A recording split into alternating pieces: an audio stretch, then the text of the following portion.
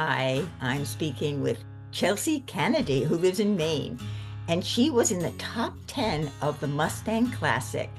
So, Chelsea, let's kick this off. If you could explain a little bit about the Mustang Classic. Sure. So it was my first foray into the Mustang world, but what I know is that it's part of the Mustang Champions competitions, and it was the first English version of a Mustang makeover that they, put together and wanted to kind of share with the world so that they could bring a more diverse group of people into the Mustang makeover world.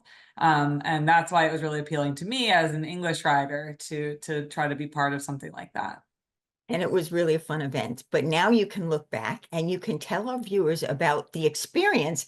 And let's talk about Luna and where she is now. Sure. For me, like I said, it was my first time doing a Mustang and stepping into that whole world. And for me personally, it presented a lot of challenges that I had never faced before, but that were really amazing to be part of and to be around. I've only really ever been around domestic horses, and so my first time with a Mustang was really eye-opening in terms of their like intelligence and their ability to retain information and to take in the world around them. It was really quite mind-blowing actually, because she's so different than the domestic horses I work with. And it really changed how I work with domestic horses as well. Like it taught me a lot, and she has become like a really wonderful grounding presence in my life. Like she just has that way of being authentic and in her own skin and there, really present in the world. And that's something that as humans, we could all do a better job at. And when we do a better job at that, we do a better job with all the horses we work with. So she's taught me a ton. The competition itself was really nerve-wracking for me because I didn't know what to expect. Like I've never done a Mustang makeover. It was a new competition, so there were a lot of things still like in the works as it was coming together, and the unknown is always a little nerve-wracking for me. But Luna, she rose to the occasion. She was amazing, better than I could have even asked for, honestly. And to end up in the top 10 for our first ever makeover was exactly what I had hoped to do, but didn't know if I would be able to do. So I was really, really happy with that. And after the competition, I knew there was no way I could sell her. Like there was just no way.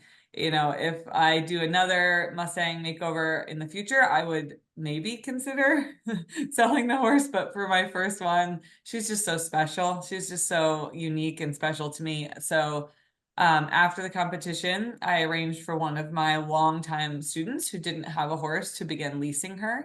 And so she lives at my farm still.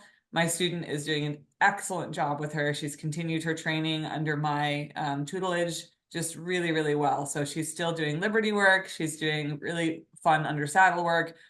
She's working exclusively without a bit, so doing work in like hackamore or bridleless work, and she's so happy. And she's just such a steady Eddie at my farm. She amazes us all every day. She's so great.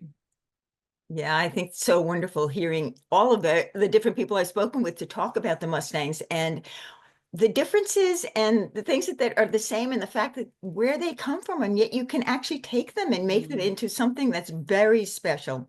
yeah. Well, I want you to share with our audience the importance of either adopting a Mustang or supporting the cause. Yeah. Like I said, I had never been part of that community until last year, and it was such an awesome community. Like the care and deference that the people in that world give to the horses, and like the support of a cause. It wasn't just a competition, but it was like a competition with meaning, like a competition with a cause behind it. And to me, that felt really different than normal competitive work with horses. And it felt important, like it was really mission driven. And I just love that so much. And I think like we have this treasure of these horses in our country, and they can't survive just out there in the world forever and ever. And the only way we can make sure that they are cared for properly is if people adopt them. and if they are cared for, either going to training or just given sanctuary in a space where people are going to make sure that their needs are met. And so whether you do that, whether you decide to just simply come to the competition and cheer everybody on, like that is a huge deal. If you're in a position to be like a sponsor or give something to the competition monetarily to make sure it's sustainable, all of those things really are important to keeping this mission alive. You know, the one thing you said, these treasure of the horses here that we've got, I mean, that really speaks volumes. I Yeah. mean, here they are out there and they're available. So everything you've said and you've shared with our audience, take that in mind and really think of how you can also support the cause. So I want to thank you very much for talking with me today. Do you have any last words you'd like to say? Well, I'd love to tell anybody watching that I've got a book coming out and it should be published in June. It's coming out with Trafalgar Square Books. And Luna and our story, our journey together plays a bit of a part in that. So if anybody's interested, it might be a fun read for you. Ah, well, I definitely will want to read that book. And thank you so much for chatting with me today. And I Thank you. am Diana DeRosa reporting for the EQUUS Television Network.